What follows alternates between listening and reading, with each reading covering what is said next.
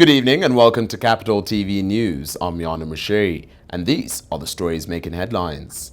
The Senate will establish a select committee to probe the move by the National Assembly to relocate 1 billion shillings off their oversight kitty. The committee will advise the Senate on how to respond to the decision of the National Assembly, which also deducted monies from the Judiciary, the Salaries, Remuneration Commission and the Treasury.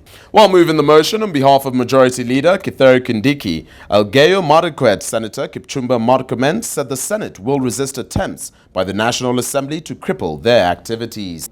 The Senate was called for a special sitting to debate the issue, which has been seen to escalate the supremacy wars between the two houses and which also threatened to cause a financial crisis following the stalemate over revenue division. A British jihadist fighting for alshabaab is among 11 militants believed to have been killed in an attack on a Kenyan army base in Lamu on Sunday. Authorities say they believe one of the dead is Muslim convert Thomas Evans, also known as Abdul Hakim, whose family lives in Buckinghamshire in southern England.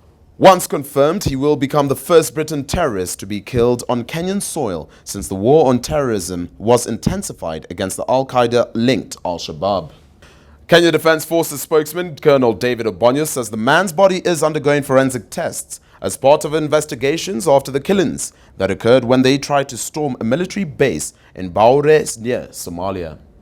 A British embassy spokesman has said they are equally seeking to confirm the man's identities. Sunday's attack saw a dozen of Al-Shabaab gunmen raid a Kenyan military base and briefly take over a village in Lamu County just a day after authorities issued a warning of an impending attack. 4 more militants were killed following the 2 failed terror attacks, raising the number of the dead terrorists to 15. In other news, new multi-billion-dollar investments, grants and programs are some of the things Kenya has bagged from presidential visits over the past 2 years. They range from global institutions setting up their headquarters in Kenya, new jobs for Kenyans, massive investments in fisheries, rail, regional peace, trade, energy, water and air flight rights. Foreign Affairs Cabinet Secretary Amina Mohammed says President Kenyatta has held many bilateral meetings with leaders of many countries and international organizations, adding that the gains have been many. The visits are a clear indication that the president, who has traveled widely, flew back with many deals that have a direct impact on the economy and the people of Kenya.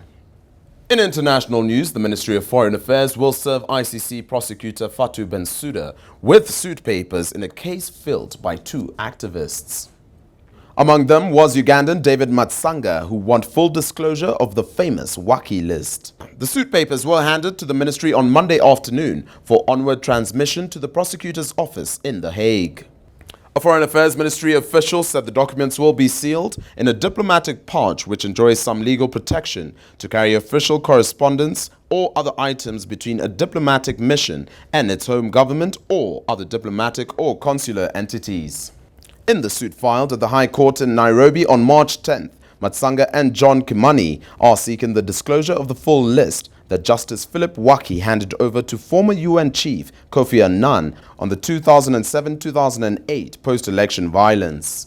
In business, the tourism sector has welcomed the move by Treasury, who allocated 5 billion shillings for the tourism recovery.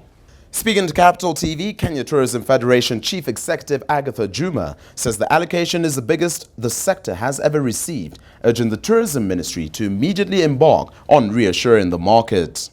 Juma says the money should be used adequately and only for tourism recovery, urging the ministry to increase other tourism products instead of relying on the usual safari products. Kenya Hotel Keepers Association CEO Mike Macharia says money could be used in other areas, including beefing up the tourism police unit as well as seeking partnerships with airline charters. Macharia says the tourism sector is still doing poorly, especially at the coast, where he says the sector is on its knees. And finally, in the sports news, Football Kenya Federation President Sam Nyamwe has lauded Harambee Stars for forcing home team Congo-Brazzaville to a 1-1 draw in their 2017 AFCON qualifier. Speaking to Capital Sports, Nyamwe said the aim was to win all home matches, as he pledged the team that is expected back on Monday night would be accorded proper preparations. Kenya will host 2012 AFCON champions Zambia in their next qualifier in September. And that's a wrap of the day's news. For more on these and other stories, log on to our website www.capitalfm.co.ke/TV. I've been your host, Miana Mushiri. Don't forget to subscribe and like.